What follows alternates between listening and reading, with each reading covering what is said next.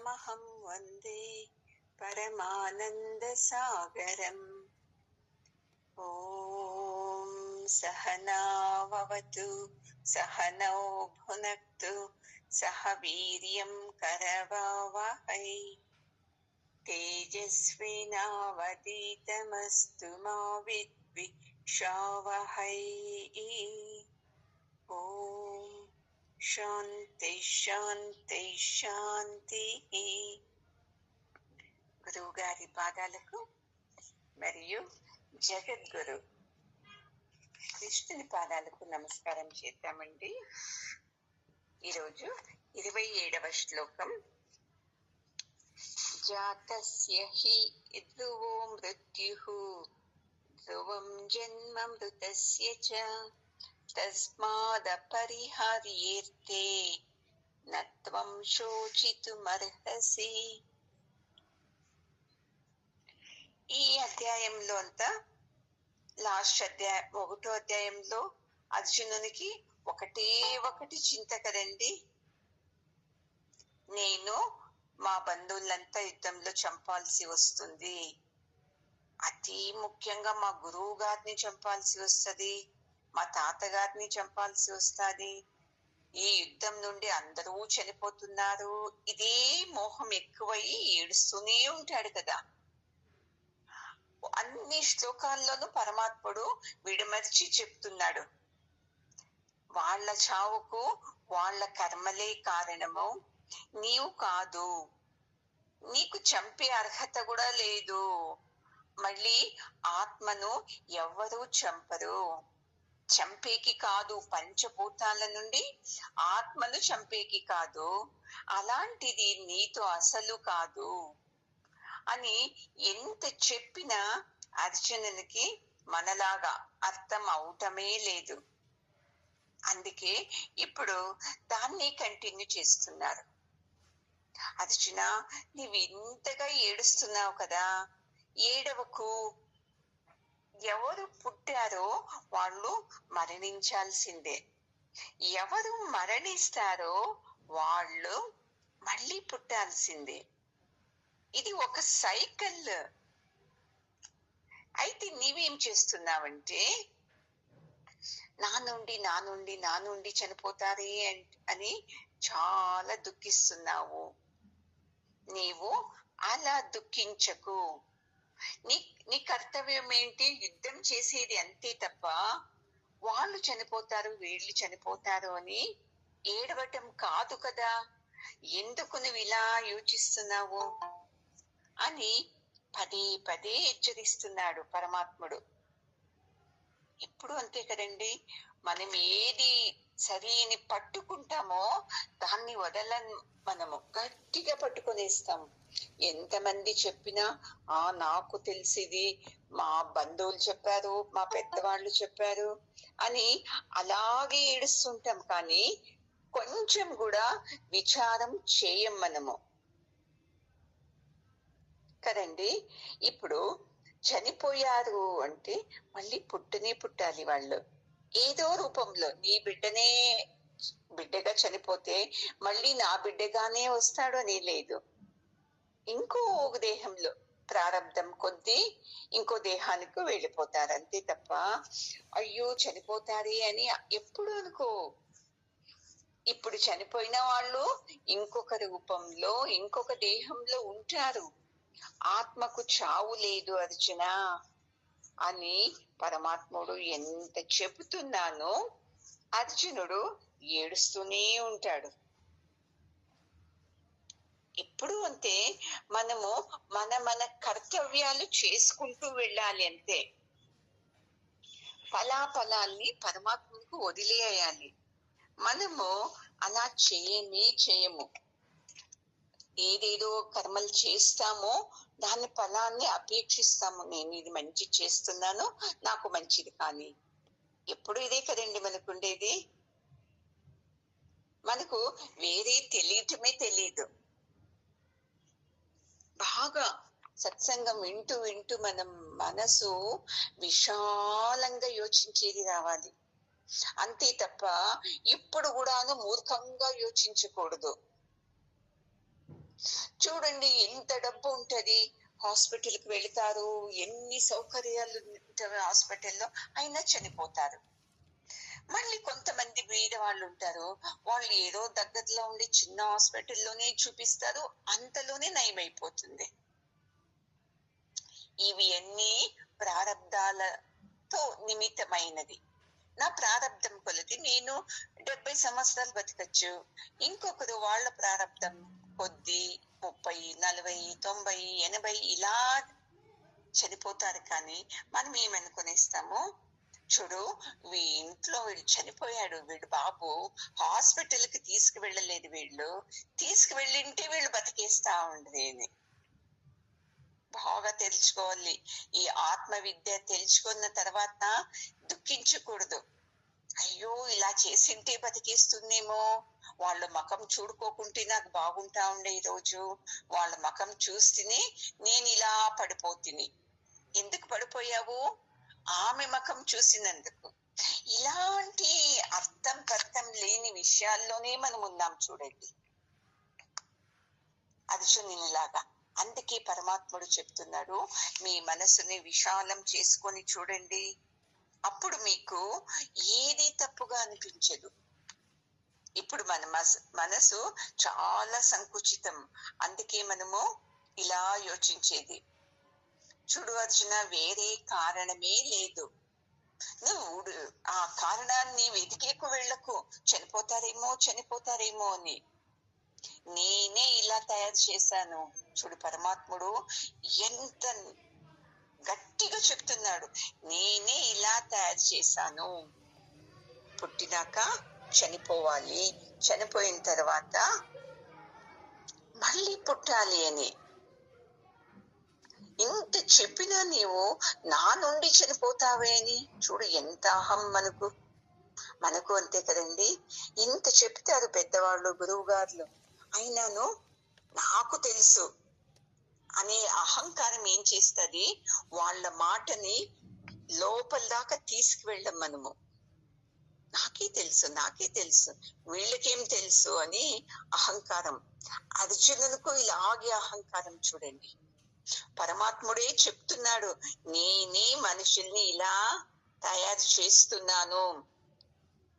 పుట్టాలి, కొద్ది సంవత్సరాలు వాళ్ళ ప్రారంభం కొలది ఉండాలి, మళ్ళీ చనిపోవాలి, మళ్ళీ ఇంకో దేహంలో ఎక్కడో పుట్టాలి అని ఇలాగ నేను చేశాను. కానీ నీవెందుకు ఏడుస్తున్నావు అని అర్జునునికి ఇది వెళ్ళటమే లేదు. నేనే ఇలా చేశాను అని పరమాత్ముడు అంటున్నాడు కదా. ఎందుకంటే మనకి ఎప్పుడు అంతే కదండి, మన ఎదుట ఎంత జ్ఞానవంతులు ఉన్నానో వాళ్ళని మనము గుర్తించము. మనం ఎలాంటి వాళ్ళని గుర్తిస్తాం? వయసు అయి ఉండాలి, విభూతి పెట్టుకుండాలి, ఏదేదో అలంకరణలతో ఉండే వాళ్ళనైతే అయ్యో స్వామి, అయ్యో పరమాత్మ అని వాళ్ళని గుర్తిస్తాము తప్ప, జ్ఞానంతో నిండుకున్న వాళ్ళు సరళంగా ఉంటారు, మామూలు మనలాగే ఉంటారు అని మనం అర్థం చేసుకుంటామా మనము? ఒక తూరి మేము ఏదో గుడికి వెళ్తున్నామండి, చాలా ఏండ్ల కింద. అక్కడ అడుక్కుని తింటున్నారు కదా, వాళ్లకు తీసుకో, దానం చేస్తే పుణ్యం వస్తుంది అని ఇలానే చెప్తూ చేస్తున్నారండి. దానం చెయ్యి, నువ్వు కూడా పుణ్యమన్నా వస్తుంది అని. పుణ్యం వస్తుంది, ఇలా అపేక్షించి చేస్తే పుణ్యం వస్తుందా అండి మనకు? మళ్ళీ అక్కడ దేవుణ్ణి ఎక్కువ ప్రార్థించటం లేదు. వెళ్ళే జాగాల్లో ఒక అయ్యప్ప స్వామి మాల వేసుకున్నాడు, అతనుంటే అతని దగ్గరికి వెళ్ళి చేతు నిండా డబ్బులు ఇస్తూ పాద నమస్కారం చేసుకుంటున్నారు. ఎంత మూర్ఖత్వం చూడండి. బీదవాళ్ళు వేడుకుంటున్నారు అమ్మా అని, వాళ్ళకి చేయటం లేదు. ఎవరైతే అయ్యప్ప మాల వేసుకున్నాడో అతనిలో పరమాత్ముడు కనపడిస్తున్నాడు వాళ్ళకు. ఆకలితో ఉండే వాళ్ళలో అందరిలోనూ పరమాత్ముడు కనపడేయాలి కదండి. అర్జునునికి ఎలాగా వాళ్ళ తాత గురువే మా బంధువులు అని వ్యామోహం ఉందో, మనకు అంతే వ్యామోహం, అంధ వ్యామోహం మనది. ఎంతవరకు మనం ఈ అంధ వ్యామోహాల్లో ఉంటాం చూడండి, అంతవరకు మనం ఆనందంగా ఉండేది సాధ్యం కాదు. అర్జునుని లెక్క ఏడుస్తూనే ఉంటాము. జ్ఞాపకం చేసుకొని అయ్యో మా మా వాళ్ళు, అయ్యో నా కొడుకు, అయ్యో మా బంధువులు. నీవు ఎంత ఎంత ఏడుస్తావో చూడు, నీకు అంత అంత దుఃఖం ఉంటుంది. అందుకే చూడండి, శ్రీమంతుల ఇంట్లో ఎవరన్నా చనిపోతే ఎన్ని రోజులు వాళ్ళు దుఃఖిస్తారు. అదే కూలినాలి చేసుకునే వాళ్ళ ఇంట్లో చనిపోతే వాళ్ళు అలాగే దుఃఖిస్తారా? లేదు. వాళ్ళకు పని చేస్తేనే కడుపు నిండేది కదా. అందుకే వాళ్ళు ఏం చేస్తారు, దాన్ని దుగమింగుకొని పనుల్లోకి వెళ్ళిపోతారు, సంపాదనలో పడి జీవనం చేస్తారు. అదే డబ్బులు ఉండేవాళ్ళు అయితే కూర్చొని ఏడవటము, నిలబడుకొని ఏడవటము, వచ్చిన వాళ్ళతో చెప్పడము. అదే కూలి వెళ్ళేవాడు అలా చేస్తాడా? చూడండి, ఇలా మనము విశాలంగా యోచిస్తే మనము దుఃఖించము. మీరే చూడండి, ఒక తల్లికి ఒక మంచి బిడ్డ పుడతాడు, మళ్ళీ ఇంకో కొడుకు చూస్తే చాలా చెడు స్వభావాలు ఉంటాయి. ఏంటి కారణం? ఇదంతా మన ప్రారంధంతో అలా వస్తారు. ఇది ఇలా మనం పరమాత్మని నిర్ణయాన్ని అంగీకరిస్తే, అర్థం చేసుకుంటే మనకు దుఃఖం అనేది రాదు, వ్యామోహం అనేది ఉండదు. కరెక్ట్. సమస్యలు వచ్చిందా అంటే నా ప్రారంధం నుండి వచ్చింది. నా ఆరోగ్యం చెడిపోయింది, నేను చేశాను కదా చెడ్డ కర్మలు, అందుకే నా ఆరోగ్యం ఇలా ఉంది. ఇంట్లో ఏదన్నా దుఃఖం ఎక్కువ సమస్యలు అంటే నేను ఇంకొకరికి ఇలాగే కలిగించాను, అందుకే నాకు దుఃఖం కలుగుతుంది. చూడండి ఎంత ఈజీ స్వామి తత్వం అర్థం చేసుకోనీకు. అయితే మన మనసు అంగీకరించదు. నేనేం తప్పు చేశాను, నాకెందుకు దుఃఖం రావాలి? ఇలాగే యోచిస్తాము. పరమాత్మనికి కళ్ళు లేవు, నాకే ఇలా చేస్తున్నాడు, వేరే వాళ్ళని బాగా పెడుతున్నాడు. నీకు దుఃఖం వచ్చింది ఏంటి? దానికి ఏదో ఒక కారణం ఉంటుంది. నాకు అనారోగ్యం ఉంది అంటే ఏదో కారణం ఉంటారండి. ఇలా ఎవరైతే ఈ సత్సంగం వింటూ అర్థం చేసుకుంటారో వాళ్ళు ఇంకొకరి మీద నింద వేయరు. లేదు అంటే ఏం చేస్తాము, నేను వెళ్ళనంటే గుడికు, అయినా మా పక్కింటి ఆమె బలవంతంగా పీల్చుకొని వెళ్ళింది, అక్కడ వెళుతున్నాము, యాక్సిడెంట్ అయింది, నాకు దెబ్బ తగిలింది, నాకు దెబ్బ తగిలేకి కారణము మా పక్కింటి ఆమె అని ఈజీగా ఆమె మీద నింద వేసేస్తాము. ఇంకో రోజు ఆమె జట్టులోనే వెళ్తున్నాము, అక్కడ వెళుతూ ఉంటే ఒక గోల్డ్ కాయిన్ దొరికేస్తుంది. అప్పుడేమంటాము, నా ప్రారంధం బాగుంది, పొద్దున్నే లేచి పూజ చేశాను కదండి, అందుకే నాకు దొరికింది అంటాము. అప్పుడు చెప్పము, పక్కింటి ఆమె నన్ను పిలుచుకొచ్చినందుకే నాకు దొరికింది అని. ఇది మన మనస్తత్వము. ఈ మనస్తత్వాన్ని మనం ఏం చేసుకోవాలి, విశాలంగా చేసుకొని ఏది జరిగినా నా కర్మ ఫలం నుండి, నా ప్రారంధం నుండి వచ్చింది అనుకోవాలి తప్ప అర్జునిలాగా నేను యుద్ధం చేస్తే వాళ్ళు చనిపోతారు. చూడు ఎంత మూర్ఖత్వము, ఇలా ఉండకూడదు అని చెప్తున్నారండి. ఇంకో శ్లోకం 28. అవ్యక్తాదీని భూతాని వ్యక్త మధ్యాని భారత అవ్యక్త నిధనాన్యేవ తత్ర కా పరిదేవన.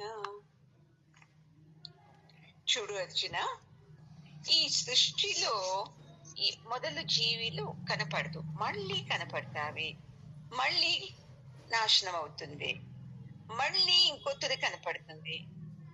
అలా ఉన్నప్పుడు నీవెందుకు శోకిస్తున్నావు? ఇప్పుడు చూడండి, మీరేనే మీ తల్లి గర్భంలోకి రాకుండా ఉన్నప్పుడు మీరెక్కడ ఉంటుంది? కొద్దిగా యోచించేయండి. మీకు తెలియదు కదా. సరే, తల్లి గర్భంలోకి వచ్చారు, మళ్ళీ బయటికి వచ్చారు, పెరిగారు, పెద్దోళ్ళయ్యారు, మళ్ళీ చనిపోతారు, అవ్యక్తం అవుతారు, కనపడరు. అప్పుడు మళ్ళీ ఎక్కడ పోతారు? అప్పుడు చెప్పండి చూద్దాము. అర్థమే లేదు కదండి మనకు. నేను నేను నేను నేను అంటాము. తల్లి గర్భంలో అంటారా, పోనీ తల్లి గర్భంలో రాకోకుండా మొదట మీరు ఎక్కడ ఉంటిరి, ఏం చేస్తూ ఉంటిరి? గర్భంలోకి వచ్చి బయటకు వచ్చిన తర్వాత కనపడతారు, కొన్ని సంవత్సరాల తర్వాత చనిపోతే మళ్ళీ కనపడరు. ఇలా వచ్చిపోయే వ్యక్తుల గురించి, విషయాల గురించి ఎందుకు యోచించేది?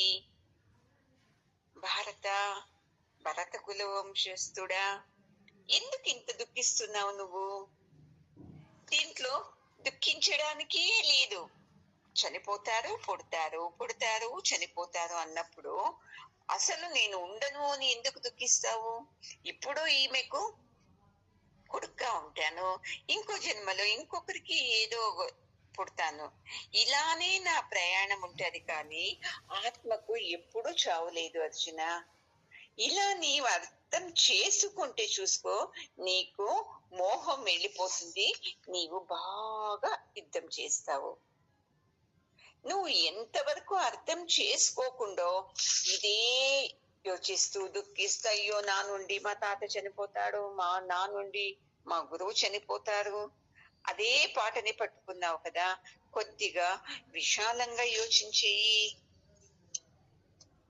నీకేమంటే నా చేతుల నుండి యుద్ధం చేయాలి కదా, ఇదే కదా తనకుండేది అర్జునునికి. నా చేతుల నుండి యుద్ధం చేయాలి, అందుకే చనిపోతారు అని.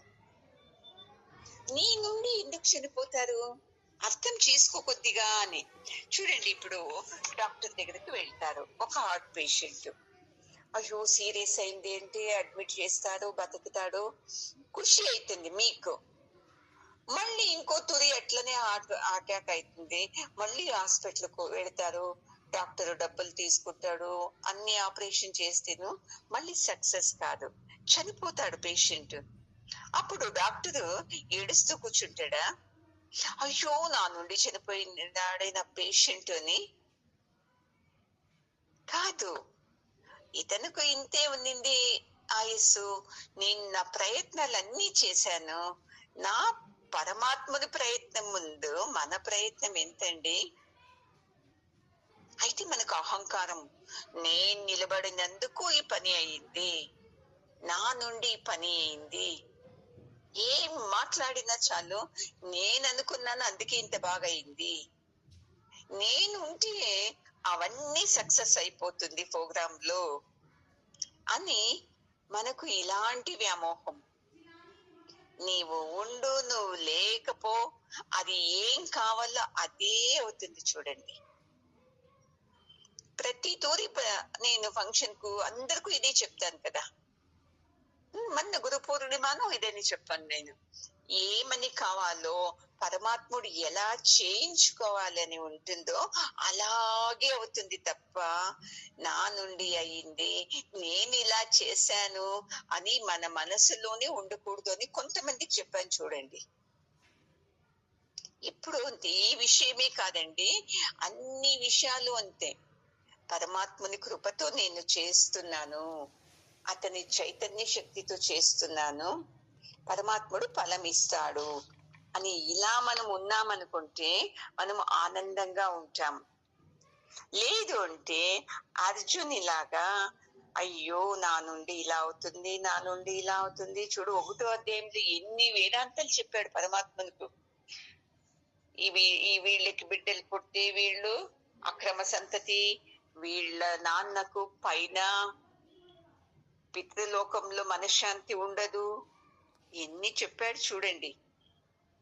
మనము అలాగే అజ్ఞానంతో మనకి ఏమి విన్నామో, ఇవేమి చదివామో దాన్ని పట్టుకొని బాగా చెప్పేస్తూ ఉంటాము. ఇది మూర్ఖత్వం అని అంటున్నాడు పరమాత్ముడు.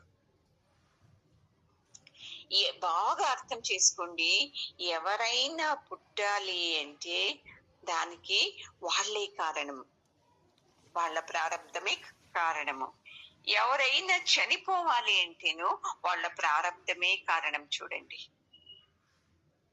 ఎన్ని పూజలు చేస్తుండారు, ఎన్ని దాన ధర్మాలు చేశారు, అయితే యాక్సిడెంట్ లో చనిపోయారే, ఏం కర్మ చేశారో అంటాము.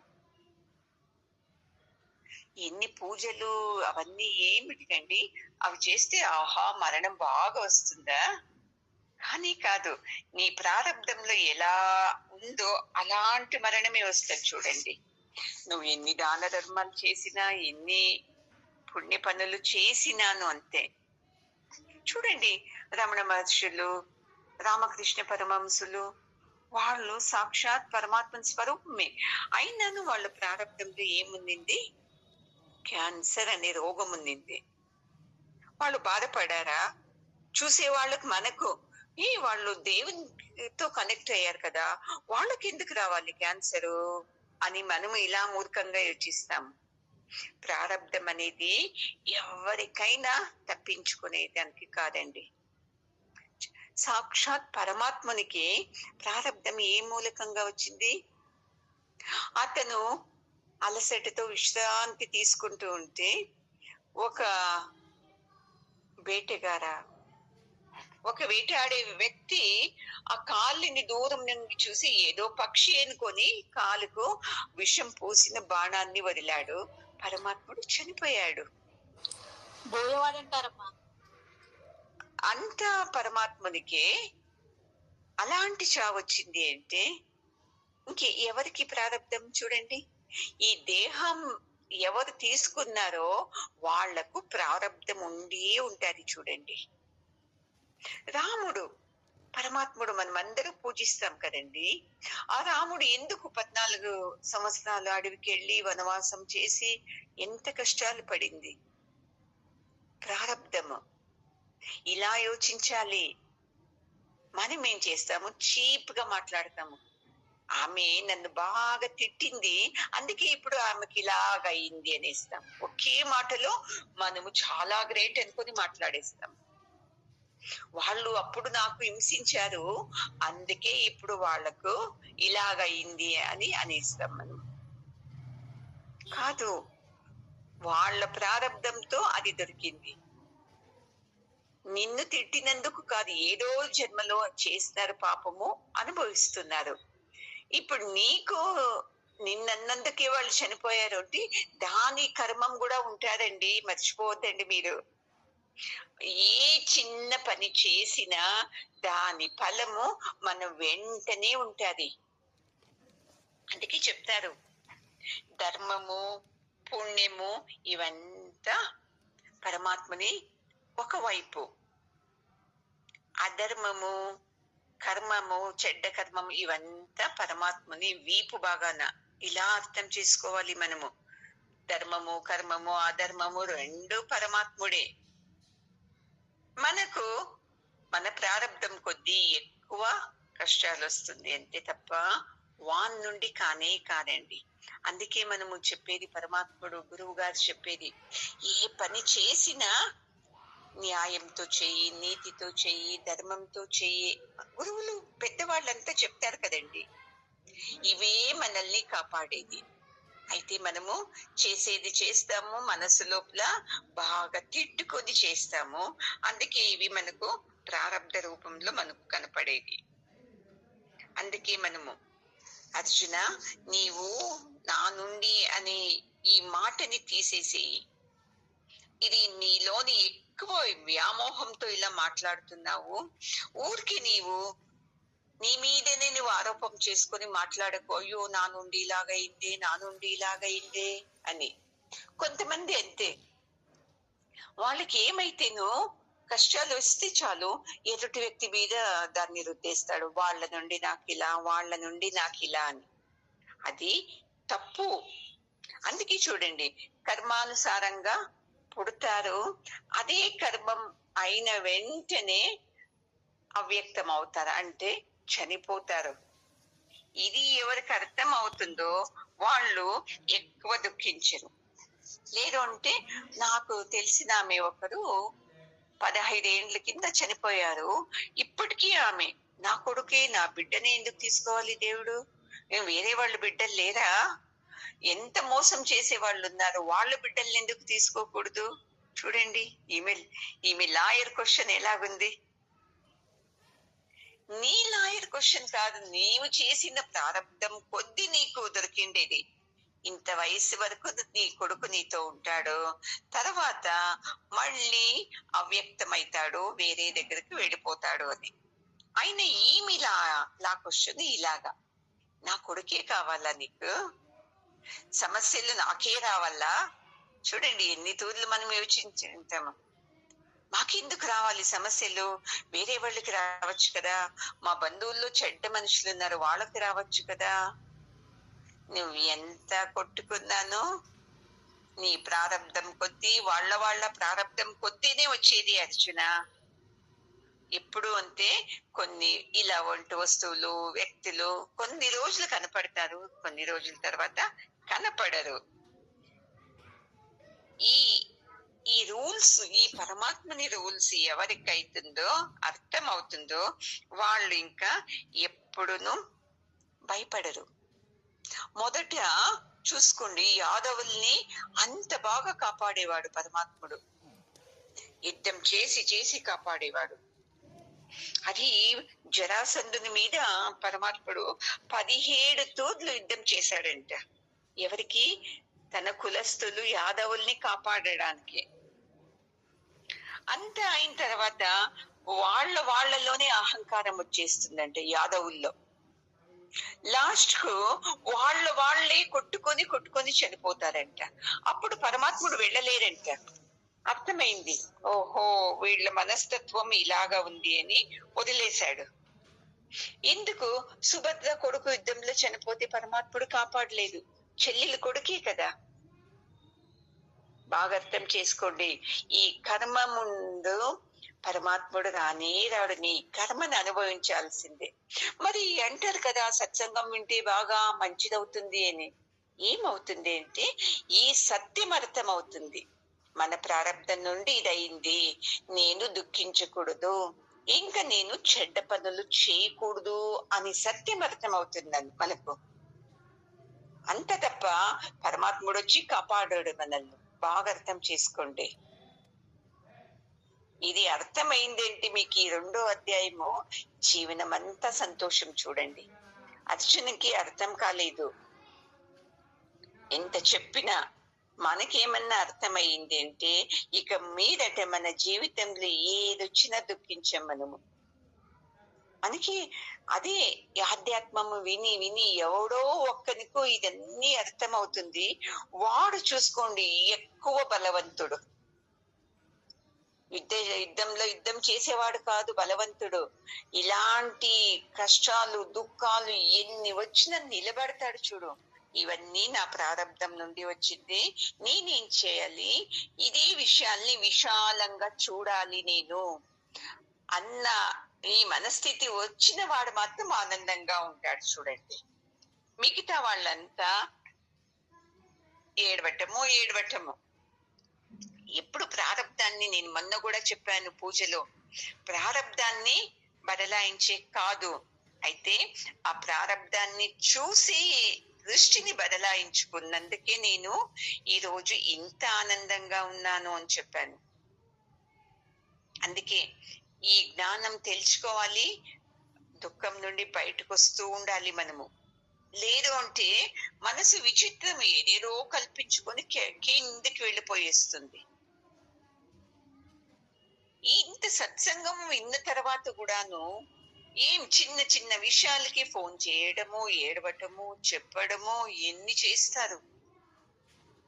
అందుకే తెలుసుకోవాలి, నేను ఇంత జ్ఞానం నాకు తెలుసు కదా, ఎందుకు చిన్న చిన్న విషయాలకి నేను భయపడాలి, ఏడవాలి అని మీకు రావాలి. చూడండి, అప్పుడైతే మన కర్మాల్ని మనము చేంజ్ చేసుకోవచ్చు. ఈ మరణం అనేది ఈ దేహానికి కానీ మనలో ఉన్న ఆత్మ చైతన్యానికి కాదు అన్నప్పుడు మనకు వ్యామోహం పోతుంది. లేదు అంటే అయ్యో నా బిడ్డ, నా కొడుకు, నా కుటుంబము. చూడండి, కొంతమంది చనిపోతే ఏం చేస్తాము, వాళ్ళ ఆయుస్ అంతే ఉంది, నీవు ధైర్యం తెచ్చుకోవాలి, అయ్యో చనిపోయారే అని అంటే ఎలాగా అని బుద్ధి చెప్తారు. అదే వాళ్ళ ఇంట్లో వాళ్ళ బిడ్డనో, తల్లినో, తండ్రి ఎవరో చనిపోతే అమ్మో ఎంత ఏడ్చేస్తారు కదా. అప్పుడు అనుకోవచ్చు కదా, వాళ్ళు కూడాను అనుకోరు. మనము ఇదే స్థితిలోనే ఉన్నాం. చూడండి, అందుకే ఈ సత్సంగం ఎందుకంటే మనల్ని మనము చేంజ్ చేసుకునేకుండేది. చూడండి, సత్సంగము గురువుని పట్టుకోవాలి, ఈ జ్ఞానాన్ని తీసుకోవాలి, ఈ మోహం నుండి బయటకు వచ్చి మనము ఎక్కువ విశాలంగా యోచన చేసేకు సత్సంగం ఉండేది. చూడండి, అప్పుడైతే మనము ఏ పనులు చేయాలి, ఏ పనులు చేయకూడదు అని మనకు తత్వం తెలుస్తుంది. ఇలా మన కర్మల్ని మనము నాశనం చేసుకొని వచ్చేదండి. ఎవరికి సత్సంగం బాగా అర్థమవుతుంది చూడండి, ఇంకా నీ కొద్ది సమయంలో నువ్వు చనిపోతావు అంటే వాళ్ళు బాధపడదు. చూడండి, అంతే కదా, ఈ దేహాన్ని వదిలేస్తాను, ఇంకో దేహంలోకి వెళ్ళిపోతాను అని ధైర్యంగా ఉంటాడు. బసవಣ್ణ ఎంత బాగా చెప్పారంటే, రేపు ఏది వస్తుందో అది ఈ రోజే రాని కష్టము లే మరణము, పోనీ ఈ రోజు కాదు ఇప్పుడే రాని నాకు నేను భయపడను అని చెప్తారు. చూడండి, అది తాకత్ అంటే. సత్సంగం విన్న తర్వాత ఏమొస్తుంది మనకు? ఇలాంటి తాకత్ వస్తుంది. ఈ సత్యం ఎప్పుడు తెలుస్తుందో అతను ఎప్పుడు ఆనందంగా ఉంటారు. చూడండి, ఎవరో వచ్చి మీకు చేయించుకోండి, ఇది తప్పు కదా, మీకు అర్థం అవుతా లేదా అని చెప్తే చేంజ్ కాం మనము, మనలోనే రావాలి. చూడండి, సత్యము. అవును కదా, నా కళ్ళతో నుండి రెండు చూస్తున్నాను, ధర్మము చూస్తున్నా, అధర్మము చూస్తున్నాను. నేను ఇంకా దీన్నే పట్టుకొని లేదు, ధర్మంతో మొదట అలాగా మీరు చెప్పారు, దాన్నే నేను పాలిస్తున్నాను అంటే మీలాంటి మూర్ఖులే లేదు. చూడండి, మీకు బుద్ధి స్వతహాగా బుద్ధి అనేది ఉంది కదా మీకు, ఆ బుద్ధిని ఉపయోగించాలి. వాళ్ళు చెప్పారు సత్యము, ఇలా ఉండాలి, ఇలా ఉండాలి, గురువు అంటే ఇలా ఉండాలి, పరమాత్ముడు అంటే ఇలా ఉండాలి, అందరితో ఇలా ఉండాలి అని చెప్పారు కదా. అది సరి. మళ్ళీ మనిషిది ఏంది తెలుసా, తనకి ఏది కావాలో అది పట్టుకొని ఇస్తుంది, అంతే. అదే సత్యము, మీరే చెప్పారు కదా అని. మళ్ళీ వేరే వాళ్ళు చెప్తారు, ఇంకొకరు చెప్పింటాం కదా, ఇంట్లో భర్తని బాగా ప్రేమించాలి, భార్యని ప్రేమించాలి, వాళ్ళని గౌరవించాలి, బంధువుల్ని గౌరవించాలి, ఆదరించాలి, క్షమించాలి, ఇవన్నీ వదిలేసేస్తారు. ఏదో ఒక మాటని, అది వాళ్ళకి ఇష్టమైంటుంది, అందుకు ఆచరిస్తారు. మళ్ళీ చెప్పేది మీరే చెప్పారు కదా, అందుకే ఇది నేను ఆచరిస్తున్నాను అని. ఇవన్నీ చెప్పింది వదిలేస్తారు. ఇవి కూడా చెప్పారు కదా, అవును దాన్ని కూడా మేము ఆచరించాలి కదా, రానే రాదు. ఎందుకంటే అర్జునులాగా మనసు ఏదో తాను తెలుసుకుంది సత్యము, మిగతాది నాకు అక్కర్లేదు, మీరే చెప్పారు కదా ఇలా ఉండమని, అందుకే ఉన్నాను, ఇప్పుడు ఇలా అంటే ఎలాగా అని వాళ్ళ మనసు క్వశ్చన్ చేస్తుంది. ఈ సత్సంగం జ్ఞానం ఏం చేస్తుంది అంటే మన మనసుని పెద్దగా చేస్తుంది. మహాత్మా గాంధీ చూడండి, 1000 మంది వచ్చినా అది అబద్ధం అంటే వీళ్ళు నమ్మతా లేకుండ్రంట, అనుభవం కావాలి నాకు అనే వాళ్ళంట. ఇలా మనము చూడాలి. నువ్వు చెప్పావు, నేను ఇలా ఉన్నాను, వదిలేసేయాలి. మన బుద్ధితో నిర్ణయించుకోవాలి కరెక్ట్ వాళ్ళు చెప్పింది అని. మన బుద్ధి ఉపయోగించుకోకుండా మీ మాట పట్టుకుని నేను ఏలాడితే అర్జునిలాగే మనమును ఏడుస్తూనే ఉంటాము. మనం ఏది కావాలో అది తీసుకునేది, మిగతాది వదిలేసి అయ్యో ఇది పద్ధతి కాదు అనేది, ఇష్టమైంది తీసుకునేది ఇది పద్ధతి అనేది. ఇది మన మనసిన గుణం. ఇది ఒక ఆమె చెప్తుంది, మా ఇంట్లోనా చూడిదార్లు, నైటీలు అస్సలు మేము ఇంటి గడపకు కూడా మేము తొక్కనివ్వము, ఏం పద్ధతులా ఇవి, ఇలాంటివి మేము ప్రోత్సహించము అని. ఒక 20 సంవత్సరాల కింద ఈ మాట అన్నారు. తర్వాత వాళ్ళకి హెల్త్ బాగలేక ఆపరేషన్ అయ్యి ఏదేదో చేశారు. ఇప్పుడు ఆమెని నైటీలు వేసుకొని తిరుగుతుంది. ఇప్పుడు పద్ధతులు కావచ్చా? మా ఇంటికి గడపలో కూడా నైటీని మేము రప్పించము అన్నారు.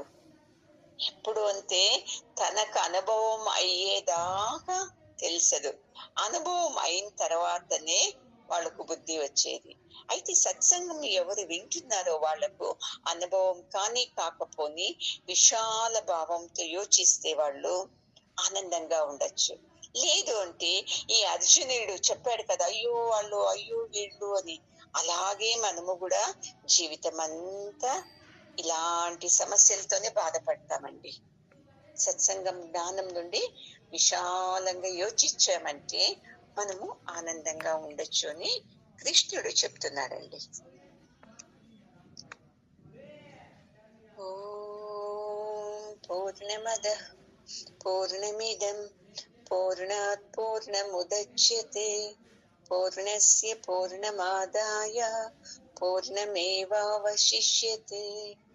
ఓం శాంతి శాంతి శాంతి.